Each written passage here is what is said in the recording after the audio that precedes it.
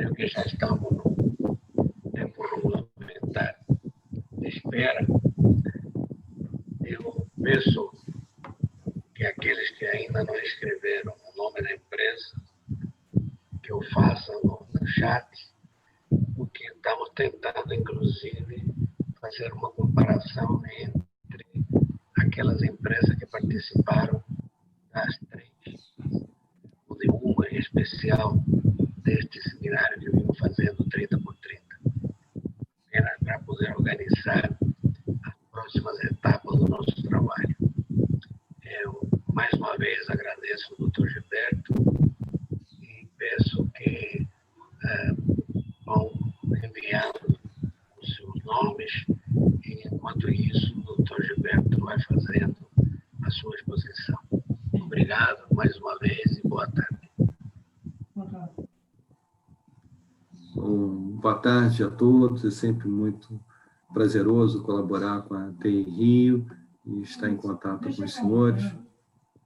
Eu for aqui carregar a apresentação rapidamente.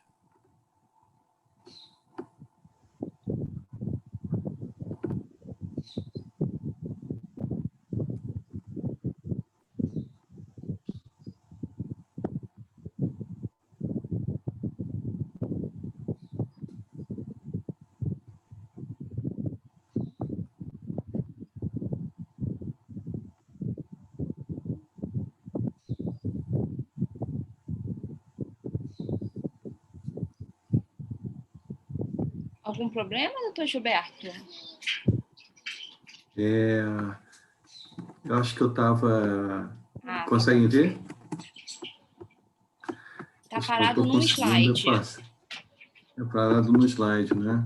Agora tá andando agora. Está no primeiro slide. Tá ótimo, muito obrigado. Bom, responsabilidade com parceiros. 2 semanas só após a entrada em vigor da LGPD, a gente tem a primeira condenação judicial e ela é exatamente derivada de uma relação de parceria. É o caso da Cyrela. Alguém que comprou o imóvel da Cyrela, logo depois que comprou, começou a receber contatos de empresas de arquitetura, instituições financeiras, consórcios e outras empresas mais. E a Justiça decidiu que um contrato entre parceiros não é um daqueles contratos que servem para que se diga, não, eu estou no cumprimento do contrato, eu não preciso de consentimento, né? Então, a Justiça entendeu que havia um desvio de finalidade por conta de uma relação de parceria que não se encaixava na finalidade da operação com o consumidor, né? Então, esse assunto de parcerias está na ordem do dia, né? Na área de TI, a gente sabe que existe parceria entre fabricante e distribuidor. Fala um pouquinho mais alto. Alô? Melhor agora? Melhor. A gente sabe que na área de TI existem parcerias entre fabricantes e distribuidores, entre distribuidores e revendas, uma quantidade enorme de parcerias, né? Então, quando a gente trata da LGPD, muita gente só pensa no contrato com o cliente, mas o contrato entre parceiros é tão ou mais importante. Ele oferece muito mais variedade do que o contrato com o cliente, né? Eu, por exemplo, eu tenho me visto às voltas com questões de LGPD, uma cliente que faz analytics. Ela faz analytics de performance de vendas dos distribuidores, né? Então, ela tem que lidar com os dados dos vendedores, dados pessoais dos vendedores. E ela manda isso para a agência de publicidade, para fazer as campanhas de vendas, né? Então, às vezes, a gente tem, assim, triangulações, né? Eu atendo também uma fundação que tem um contrato com a patrocinadora, que é mantenedora. Então, não deixa de ser uma modalidade de parceria. Quando a gente está falando de parceria, não é estritamente uma parceria comercial, ela pode ser uma parceria de operações, né, do ponto de vista da LGPD. Finalmente, eu atendo uma concessionária de serviços públicos, né? Então, também é um tipo de parceria a que se tem entre uma empresa privada e um órgão público, né? Não deixa de ser uma parceria. Então, o que a gente está tratando hoje aqui inclui uma pauta bastante variada, né? GDPR. O GDPR, ele entra no mérito dos contratos entre parceiros, né? Ele diz que dispensa consentimento quando você estiver cumprindo o contrato, né? A execução dispensa, e ele chega, inclusive, a dar uma receita de bolo. Ele diz que o contrato entre os parceiros deve ter. A LGPD não tem isso, essa receita de bolo. Então, eu sugiro muito que quem tem contratos assim de distribuição, de revenda, de cooperação comercial, de prototipagem, de prova de conceito, de desenvolvimento encomendado, etc., que dê uma olhadinha nessa versão do GDPR, ela tem tradução em português na internet, né? Como melhores práticas, como um ponto de partida para o seu conteúdo do seu contrato, né? No caso da LGPD, né? E ela diz que o consentimento não é necessário em relação ao pessoal do parceiro. Então, vamos supor que você precise ter ou queira, por alguma razão, ter dados pessoais do pessoal do parceiro, né? Não é necessário consentimento quando se estiver cumprindo uma obrigação legal ou regulatória, ou quando for para executar o contrato, né? Ou procedimentos preliminares. Então, a própria negociação, a fase pré-contratual, está incluída e dispensa o consentimento. Não é preciso ter um contrato assinado para que a execução do contrato seja capaz de dispensar o consentimento. A própria tratativa comercial, né, para fechar o contrato, ela é suficiente, né? E, eventualmente, quando haja um pedido nesse sentido. Quando necessário para atender interesses legítimos do controlador de terceiros, que é a hipótese mais subjetiva de todas. Então, a pior situação é quando não se pode dispor das outras hipóteses, atender uma lei ou atender um contrato, e se tem que cair na regra 3, na vala comum, que é interesses legítimos. O que é legítimo ou não é legítimo é sempre muito controverso, tá? Bom, dito isso, como estar seguro de que determinada operação corresponde a atender o contrato ou a lei, né, o compartilhamento de dados pessoais? Para evitar esse tipo de incerteza, convém, no mínimo, sempre acordar com o parceiro que dados pessoais vão ser registrados, conservados, tratados, e, de preferência, formalizar isso. Olha, a gente vai ter, eu vou ter do teu pessoal isso, isso e isso que eu vou guardar e por tanto tempo. Bom, me ouvem bem? O som está bom? Tudo bem? Prosseguindo aqui, então. E se for um dado pessoal sensível, né? Nesse caso, a LGPD diz que pode acontecer também em se tratando de exercício regular de direitos, inclusive em contrato. Basicamente, aqui a hipótese é um pouquinho diferente, né? É quando se tiver que apelar para se defender, basicamente. Exercício regular de direitos tem a conotação de se defender, tanto que na sequência se diz em processo judicial, administrativo e arbitral, né? Então, quando for um dado pessoal sensível, normalmente, ele, se não contar com consentimento prévio, formal, inequívoco, né, ele deve servir apenas, se não houver consentimento, quando for para a defesa de um direito, né? Qual a extensão da guarda de dados pessoais? Vamos supor que exista uma guarda de dados pessoais de pessoas do parceiro, né?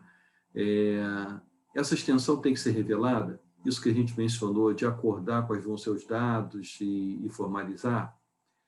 Sim, a LGPD diz ali que o titular poderá solicitar cópia eletrônica integral de seus dados pessoais, observado o segredo comercial e industrial nos termos da regulamentação da autoridade nacional e formato que permita a sua utilização subsequente, inclusive outras operações de tratamento. Então, o pessoal do parceiro tem todo o direito de receber uma cópia integral. A exceção é a questão da propriedade intelectual.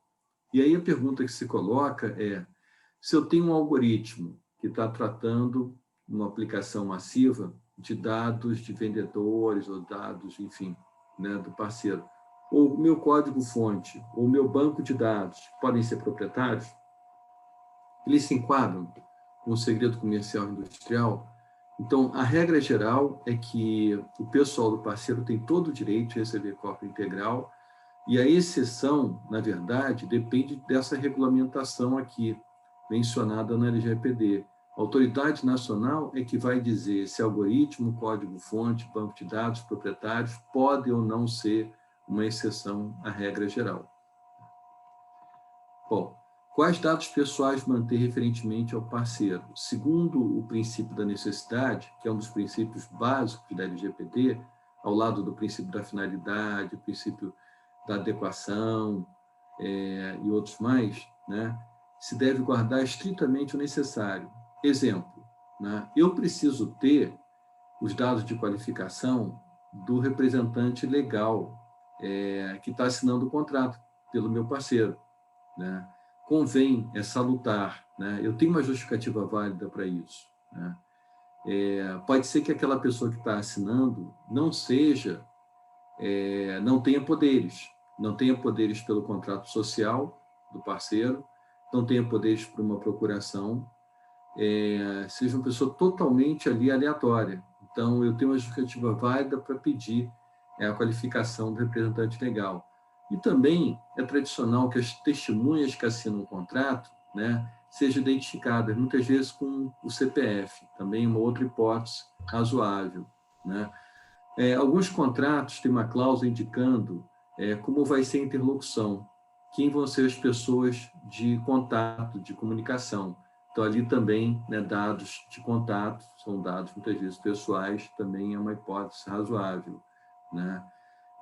Se eu lido com serviços intensivos em mão de obra e mão de obra terceirizada, é natural que eu queira, conforme aquela cláusula aqui também é típica, né, exigir a regular, ou periódica, ou pontual, comprovação de que as obrigações legais em relação àquelas pessoas estão sendo cumpridas, para que eu não seja depois alvejado por uma reclamação trabalhista, alegando vínculo empregatício e pedindo a satisfação de obrigações que deveriam ter sido cumpridas pelo parceiro e que não foram, né? Então, a comprovação de satisfação de pagamento do FGTS, recolhimento do FGTS, previdência, encargos sociais e trabalhistas, vai me trazer, por tabela, né, informação de dados pessoais, né? Então, esse é o tipo de situação que provoca o compartilhamento e que, a partir do momento em que a LGPD entrou em vigor, mexer um pouquinho nessa cláusula, fazer um ligeiro ajuste, pode ser bastante conveniente, né? Depois, na fase pré-contratual, ou mesmo na contratual, vale encomendar um background check. A gente falou brevemente sobre isso no 30 por 30 anterior, e aqui vale a pena de novo, porque seja em relação a background check de pessoa física, ou no caso do parceiro de pessoa jurídica, né, o mesmo racional é aplicável, né? O que é background check? Background check é quando você encomenda um levantamento de informações sobre determinada pessoa jurídica ou física, que vai lhe dizer se ela tem idoneidade comercial, se tem idoneidade financeira, se tem, eventualmente, idoneidade técnica, né? Então, essas informações, elas podem ser obtidas licitamente se elas forem de fontes públicas, né? E se for assegurada a transparência para o interessado, avisando proativamente ou reativamente, né? Desde que também essas informações sejam para traçar um perfil. Por exemplo, quando se está diante de uma possível contratação ou de manutenção do contrato, né? Então, para aquela finalidade específica que é razoável. Agora, se eu quiser depois passar essas informações adiante, compartilhar com terceiros, ou vender, ou explorar de alguma forma, aí realmente tem um desvio de finalidade, eu não poderia, né? E preservar a confidencialidade e segurança, porque por mais que sejam provenientes de fontes públicas, né, eu tenho uma finalidade que é de uso de dado pessoal, né? Então, sempre que eu estiver usando dado pessoal, eu sou responsável pela confidencialidade, pela segurança. Convém alterar o acordo de confidencialidade? Sim, no mínimo para incluir os dados pessoais entre as informações consideradas confidenciais. E se eu não fizer assim, né, pode surgir depois uma dúvida sobre se determinado pessoal, que alguém poderia dizer, não, mas isso é insípido e inodoro, isso aqui é perfumaria. Por exemplo, o CPF, eu discordo que ele seja um dado confidencial, né? Então, alguns dados pessoais podem gerar dúvida, né? Para evitar a dúvida, por exemplo, se o CPF estiver sendo cruzado com outros dados e o CPF se tornar revelador, né, convém que se inclua na lista de informações confidenciais. Também porque os dados pessoais, eles podem fazer parte de bancos de dados e o banco de dados pode ser protegido por direito de autor. A própria lei geral de direito de autor, não é nem a lei de software específica, é a lei geral de direito de autor, diz que bancos de dados são protegíveis, né, por propriedade intelectual. Então, também por essa razão, os dados, como recheio do banco de dados, como recheio da estrutura, né, do código, né, podem eventualmente fazer parte de um chamado conjunto, né, e serem protegidos. Então, tratar dessa questão dos dados pessoais nesse contexto também. E nessa trilha, né, o acordo de confidencialidade, que teoricamente seria para tratar exclusivamente de sigilo, ele passa a ter novos ingredientes. Já que a LGPD adiciona o ingrediente proteção de dados pessoais e, junto, adiciona aquela vírgula que fala de segredo comercial é propriedade intelectual, né? O acordo de confidencialidade mais robusto hoje, ele se tornaria um acordo de confidencialidade, proteção de dados pessoais, propriedade intelectual e não competição. Um título mais curto, se desejado, mas cobrindo esses itens todos, né? Contratos entre parceiros, né, na arquitetura ou na taxonomia, normalmente tem o controlador como aquele que comanda, né, define diretrizes, ele é que institui a política de proteção de dados pessoais a ser seguida, né? E o operador, por sua vez, é quem executa a proteção de dados pessoais, né? Muitas vezes a gente fala de uma subcontratação, né? E até já existe hoje uma expressão no mercado que é o suboperador. Você pode ter contratos entre parceiros, um é o operador e o outro é o suboperador, é contratado por ele, uma terceirização ou quarteirização, né? Então, a variedade é possível, né? A gente tem templates, né, que, enfim, estão disponíveis em fontes seguras, fontes oficiais, como do próprio GDPR, né, na União Europeia, né? Então, vale a pena também considerar a possibilidade de ter como referência, no mínimo, não necessariamente copiar, né? Até porque copiar, às vezes, fica fora do figurino, né? Mas dá uma olhada nesse checklist, aqui, por exemplo, do ICO, que é o órgão oficial do Reino Unido, né? Que diz o que o contrato deve ter. Então, dá uma olhadinha na versão em português do GDPR, dá uma olhadinha no que tem de referências assim de melhores práticas, pode ser um santo remédio assim na validação do que deve o contrato ter, com uma atualização do contrato com parceiro, por exemplo, um aditivo, né? Contrato com parceiro, por conta da LGPD. Algumas cláusulas e questões, por exemplo, do objeto. Eu estava falando sobre dispensa de consentimento, execução de contrato e tal, né? Será que a execução do contrato realmente exige, né, que eu tenha dados pessoais ou tais e quais dados pessoais, né?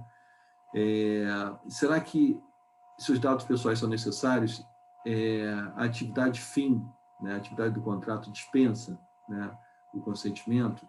Depois da declaração de conformidade. Eventualmente eu vou querer que meu parceiro me dê segurança, me dê tranquilidade. Ou ele submete a uma due diligence, né, a uma verificação, ou ele me manda um documento dizendo que ele está seguro, que ele está conforme, né?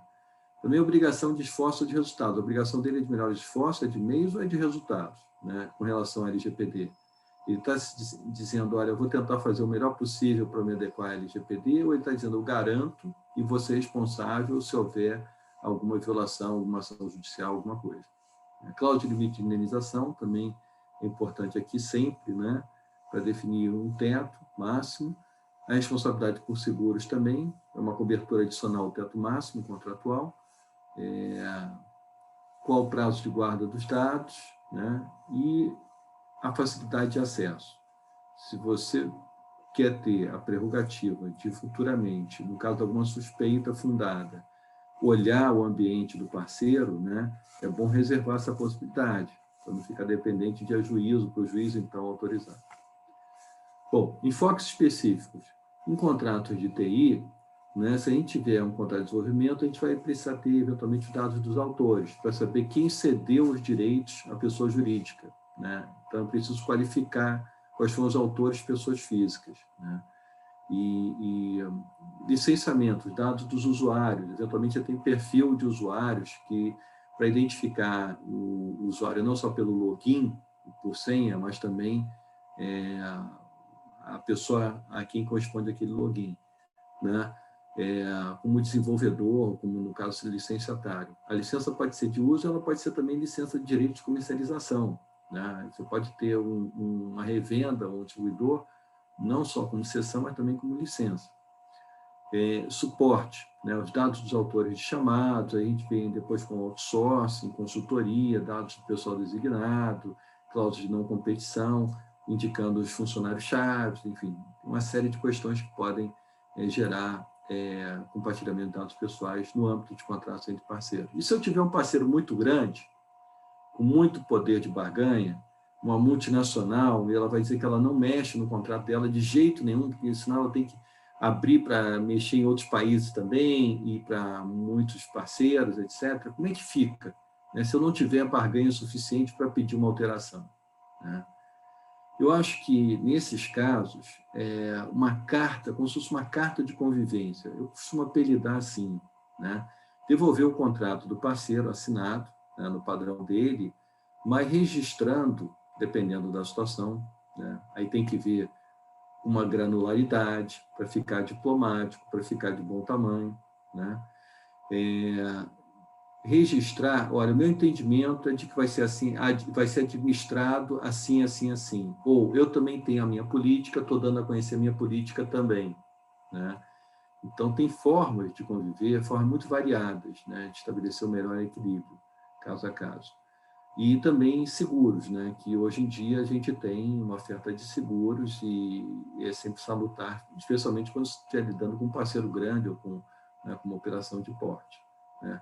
Por quanto tempo guardar os dados pessoais do pessoal do parceiro, né, durante a vida do contrato, normalmente, com segurança, e quando terminar o contrato, neutralizar os dados, neutralizar o acesso, não deixar eles terem de livre acesso, mas só eliminar os dados, só deletar os dados, depois que expirado o prazo de prescrição legal.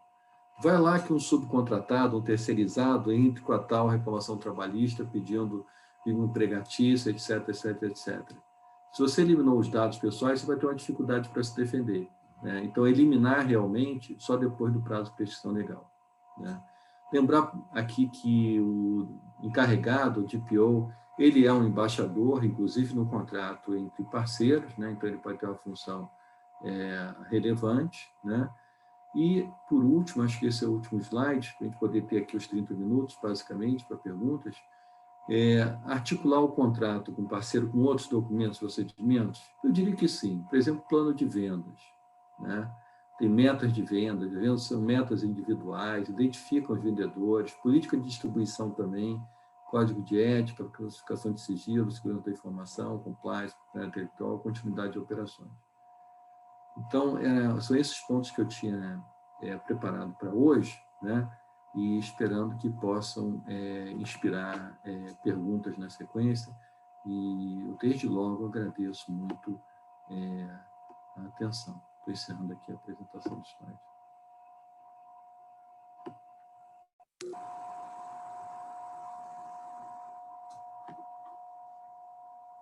Fico disponível. Então, eu vou deixar aqui aberto no chat. Quem quiser abrir a câmera e fazer a pergunta, tudo bem. Mas se quiser colocar aqui no chat que quer fazer uma pergunta ou quiser deixar a pergunta aqui no chat, pode colocar, não tem problema não. A gente fica aguardando aí. Oi. Pois não, pode, Fleury, você vai... né? Oi, Fleury, pode falar. Duas perguntas que eu gostaria de fazer ao Gilberto. Pode fazer? Ô, Gilberto, uma Não é? Você deve ter lido, saiu uma polêmica muito grande, porque com aquela questão a decisão do STJ, que obrigou o Google a entregar os dados que ele tinha de pessoas que entraram procurando o nome da Marielle Franco, né, para ajudar na investigação do assassinato dela, né? E eu andei vendo, quer dizer, uma série de advogados aí estão contestando completamente isso, dizendo que o STJ errou em obrigar o Google a entregar essas informações. Então, eu queria saber a tua opinião sobre isso. Porque, de um lado, tem o lado de proteger, lá o Google proteger os dados daquelas pessoas que usam o Google e navegam no Google, né? Agora, tem o outro lado, que é o lado da justiça, né? É uma informação relevante para você investigar aquele assassinato, que já tem mais de 1 ano e meio, 2 anos. Então, essa é a primeira pergunta que eu gostaria de fazer para você. Uma outra, eu não sei se eu faço depois dessa primeira, eu já posso fazer logo. Posso? Pode. Tá. Então, a outra é o seguinte: ontem eu estava no Google, onde eu sou sócio, e eu estava conversando com o vice-presidente do clube, né? Então, o que ele falou? Falou, quando entra um candidato novo a sócio aqui, a gente faz uma investigação, né? Para saber antecedentes, enfim, uma série de dados sobre o candidato a sócio.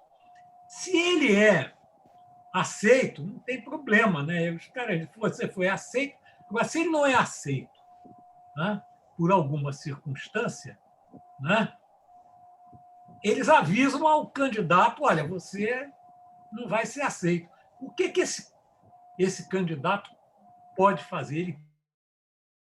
Ele a minha informação e o que vocês encontraram lá de desabonador em relação à minha pessoa.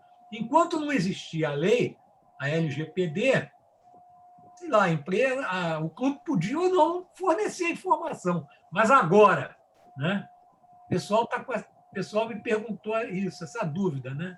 Como é que a gente faz? Newton, obrigado. São 2 questões, né?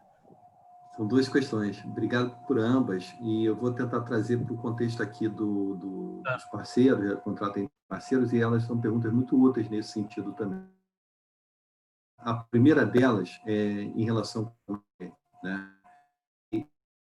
Respeitando muito a opinião dos meus colegas, respeito, porque há margem realmente para entendimentos diferentes. Então, respeito opiniões diversas. Mas eu sou partidário da tese de que não existem direitos absolutos. Muitas vezes o direito de privacidade ele cede a vez à questão da segurança, né? Existem várias decisões no mundo inteiro, inclusive no Supremo, várias nesse sentido, né? Então, no caso da Marielle, no que eu tenho conhecimento, eu tenho uma cliente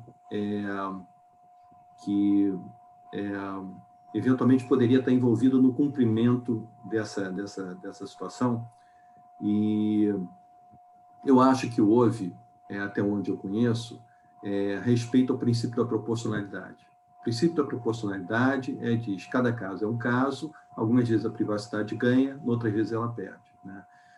Houve uma ordem, um pedido do Ministério Público para que, por exemplo, numa faixa de 10 minutos só, não é 1 hora ou 10 horas, 10 minutos só, né, fossem informadas as placas dos veículos que cruzaram o pedágio da linha amarela. E justamente esses 10 minutos, no momento, 10 minutos que eram prováveis, né, como tempo por onde estaria trafegando um carro, determinado veículo, né, e esse tipo de coisa. Então, quando é feita essa circunscrição, né, isso atende ao chamado princípio da mitigação, né, e o princípio da necessidade.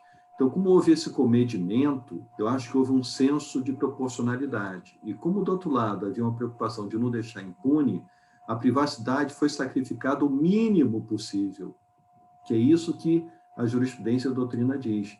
Então, nesse caso, eu acho que não era uma questão de 8 ou 80, não era. Era uma questão de proporcionalidade, né?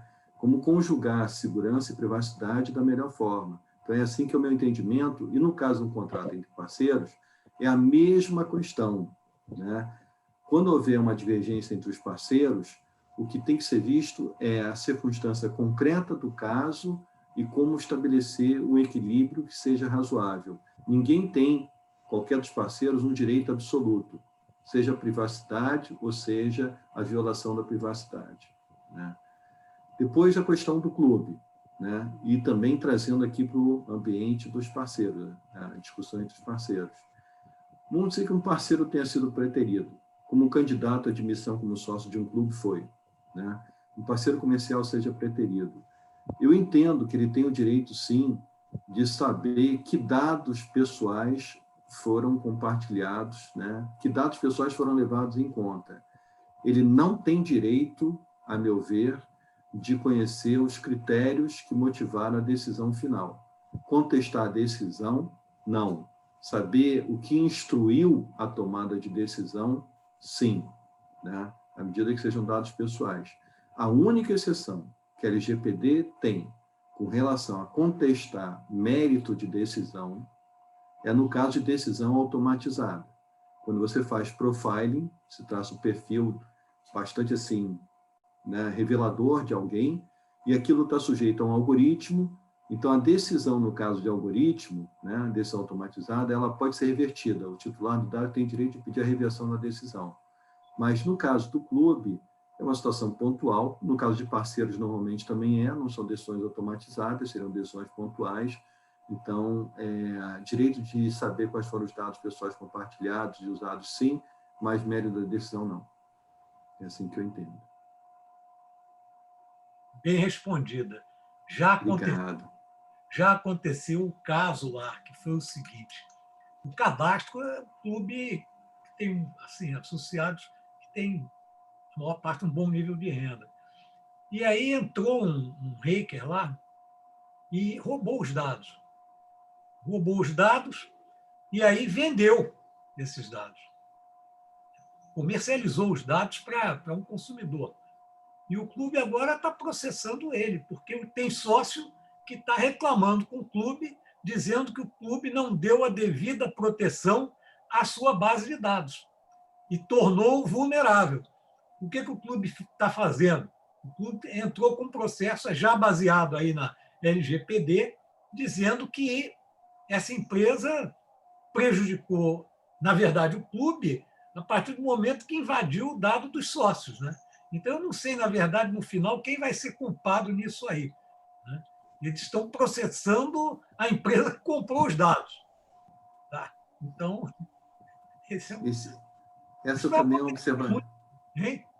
Essa observação é interessante, que é a questão da solidariedade, responsabilidade solidária ou não entre parceiros, né?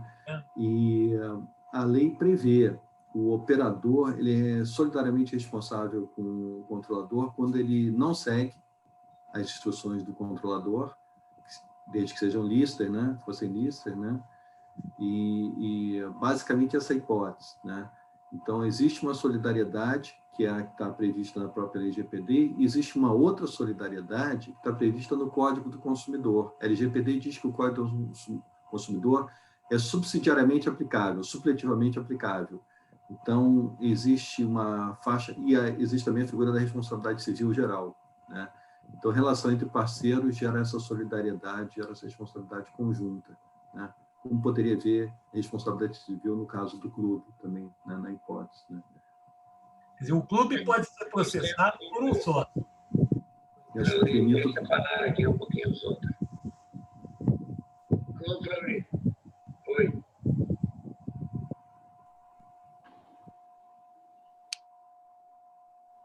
Seu Benito, seu microfone está desligado. Tem uma pergunta aqui do Marcos. Fazer uma pergunta, não é isso, Marcos? Doutor, uma atitude que nós tivemos agora, na semana passada, foi criar a nossa primeira versão do aditamento ao contrato, ou seja, desde que a lei entrou em vigor, alguns questionamentos vieram de clientes e para que a gente não tivesse que ficar assinando coisas que a gente talvez nem concordasse muito ou que fosse nos expor, a gente preferiu fazer uma primeira versão já abrangendo alguns parágrafos, né, que abrangiam a nossa atividade, mas fizemos uma ressalva de que, como a gente estava participando, inclusive, desses encontros e futuramente das oficinas, que possivelmente esse termo teria uma atualização no decorrer dos próximos meses.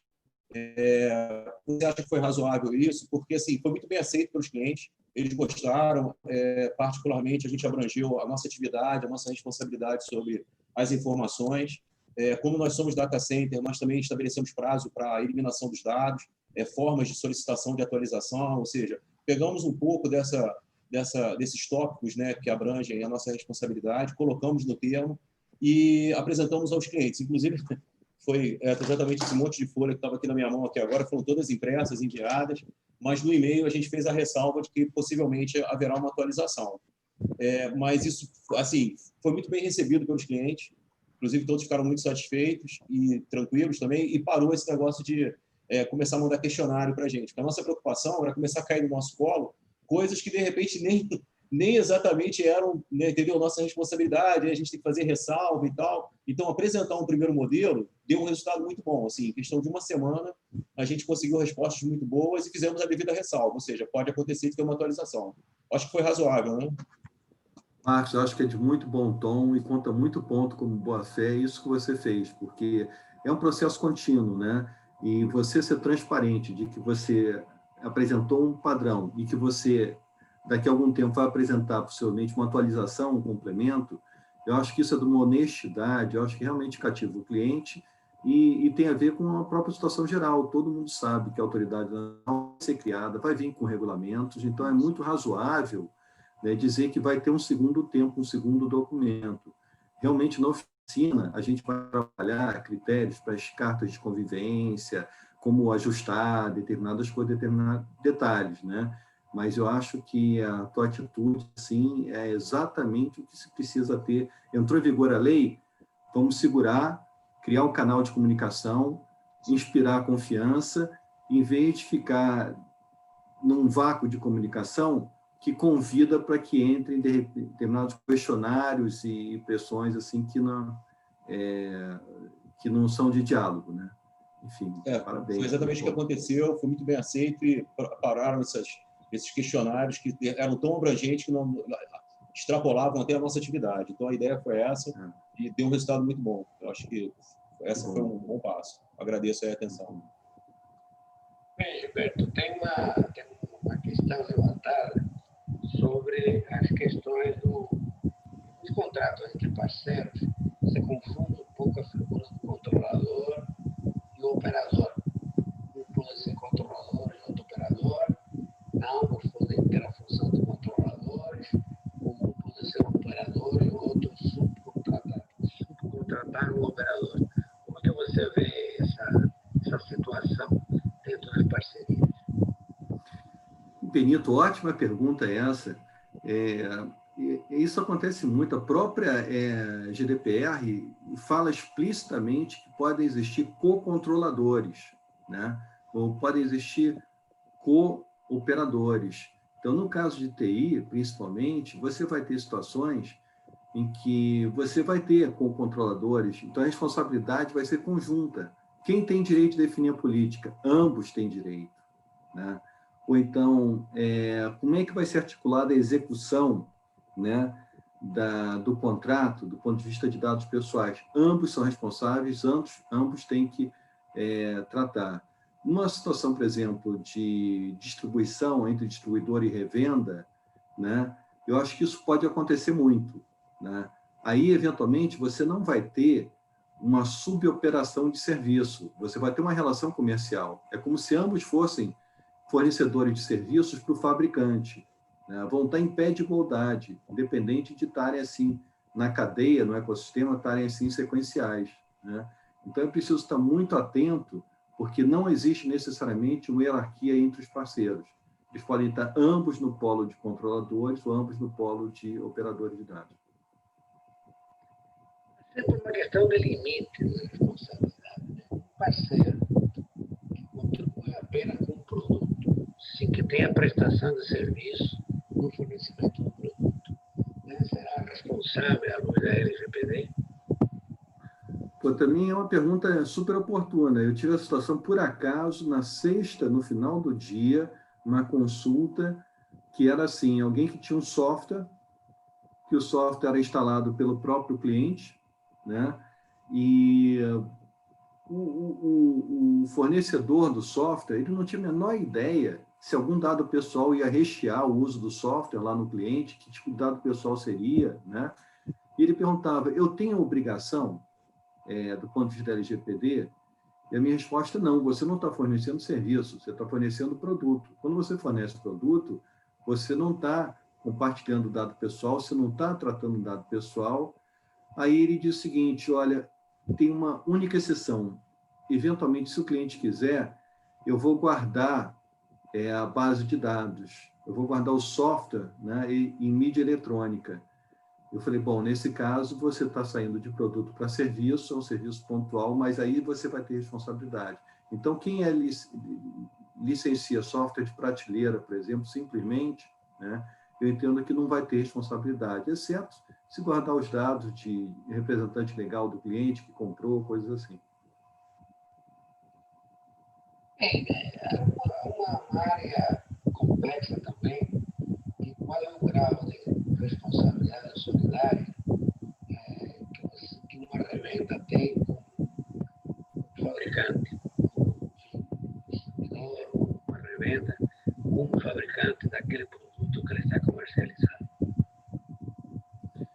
Olha, eu acho que pode ter responsabilidade solidária, inclusive indireta. Vamos supor que entre o fabricante e a revenda tem um distribuidor, né?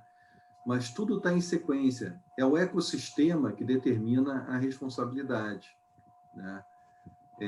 Ali no caso da Cyrela, que a gente comentou no início, tinha o comprador do imóvel, a Cyrela e os parceiros.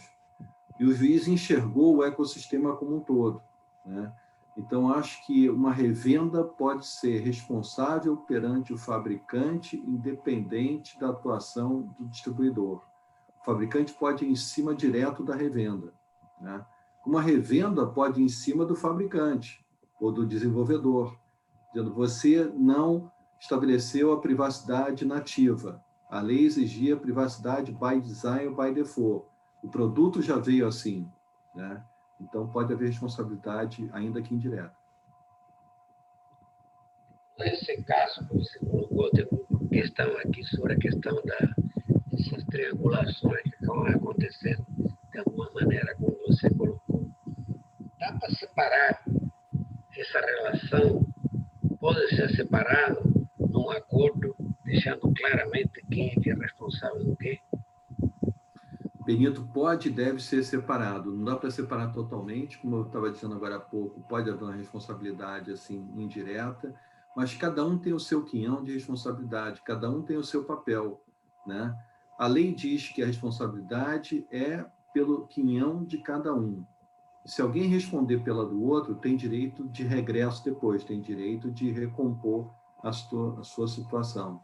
Então, existe responsabilidade solidária, mas, em última análise, no final das contas, com o direito de regresso, cada um vai ficar, ao final, com a responsabilidade que lhe cabe.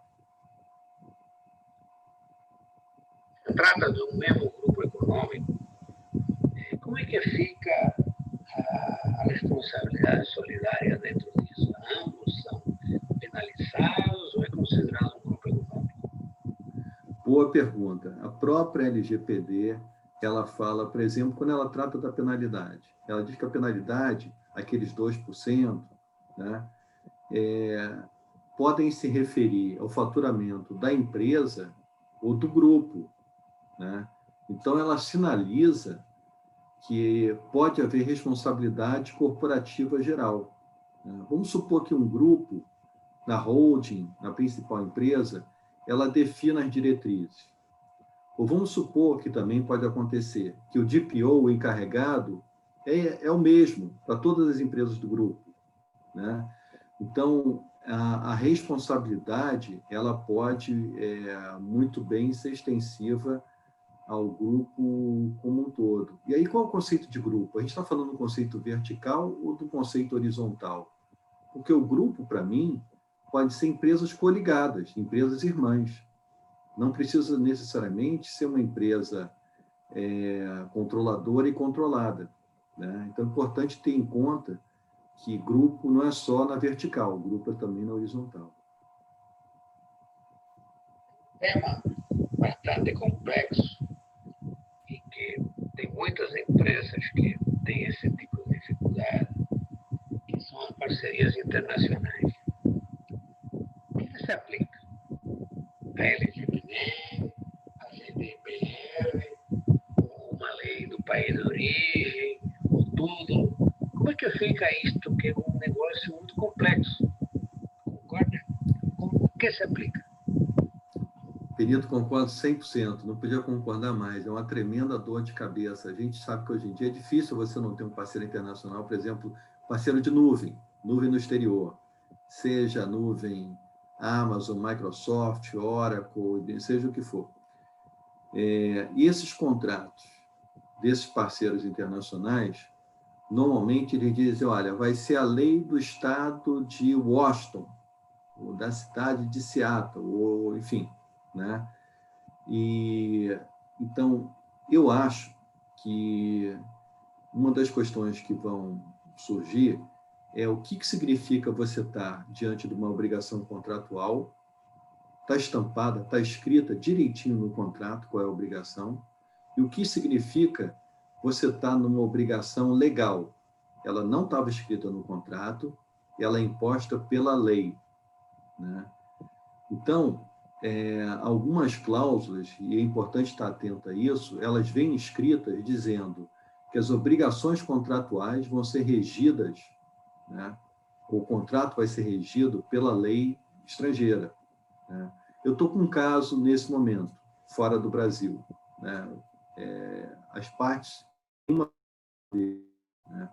E o que eu estou dizendo é o seguinte, olha, essa obrigação não é contratual, ela é pré-contratual ou extracontratual. Então, eu posso usar a Convenção de Viena, que é neutra. A outra parte, diferente do meu cliente, é muito grande. É muito, muito grande. Então, interessa a ele eu tirar o foro do lugar da parte que é muito mais poderosa e colocar no foro neutro, para criar um foco de negociação, obrigar o outro a sentar à mesa, pelo menos, né? Então, essa questão de parcerias internacionais, né, vale a pena olhar com lupa o contrato e tentar carregar o máximo possível para obrigações extracontratuais, que aí é onde é possível conseguir um meio de campo melhor. Um tema bastante complexo, mas tem muitas empresas que têm esse tipo de dificuldade, né? E que, obviamente, quando o problema surgir, aí vai ter que estar muito bem equacionado, concorda? Bom, não temos mais nenhum tipo de questionamento feito. Estamos no final do nosso terceiro seminário. Eu quero agradecer muito ao Dr. Gilberto, que nos trouxe suas informações, creio eu, que bastante importantes para aqueles que participaram. Isto aqui é apenas pílula de conhecimento que a gente pretende com as oficinas, e que a gente pretende que as oficinas, de fato, saiam da teoria e vão para a prática de cada empresa. Ou seja, uma coisa que a gente tem percebido é que tem inúmeras apresentações, inúmeras palestras, seminários, todas elas falando sobre questões muito gerais, nunca chegando ao nível do detalhamento do que seja o problema da empresa. Isso se agrava porque, de fato, a lei é genérica e o decreto, que deveria ser mais específico, não especifica. A própria autoridade, a gente não sabe quando é que vai ser constituída, virou um negócio bastante estatal, qual vai ser o papel do conselho, que vai ser reunido apenas 3 vezes por ano, quem é que vai aplicar a multa, quem é que vai atender o recurso quando a multa ocorrer ou quando o questionamento ocorrer. todas as coisas precisam ser devidamente interpretadas. E, no nosso ponto de vista, cabe a cada empresa criar o seu modelo, a sua prática, que, no fundo, pode ser um trabalho cooperado, cada um contribuindo com o outro, mas cada um vai ter, sabe onde é que o cão lhe aperta. E isto, nós não podemos contar que a curto prazo a gente venha a ter regulamentações mais que esclareçam isto. Creio que as oficinas vão ser um excelente instrumento para que as empresas possam abordar o seu tema. Nós vamos ter 4 ângulos nestas oficinas, um que vai tratar de desenvolvimento, representação e desenvolvimento de software, customização, o outro que vai tratar do esquema das parcerias, como é que você faz, um outro que vai tratar da questão das redes e da responsabilidade da manutenção das redes. Hoje em dia a conectividade é uma realidade, tem muita empresa trabalhando nisto. E, por último, o marketing digital, que hoje se tornou genérico, ou seja, todo mundo está trabalhando com marketing digital. Nós vamos anunciar em breve o funcionamento das oficinas, vamos lançar estas oficinas a nível nacional, para ter, inclusive, participantes não apenas do Rio de Janeiro, mas participantes de outros lugares, com outras preocupações e com outras pressões, digamos assim, no seu dia a dia. Espero que semana que vem a gente já possa estar divulgando e contamos muito com a participação de vocês nestas oficinas. Mais uma vez, agradeço ao Dr. Gilberto e agradeço muito aos participantes que têm contribuído bastante com o enriquecimento deste debate. Muito obrigado e uma boa tarde a todos. Obrigado. Boa tarde.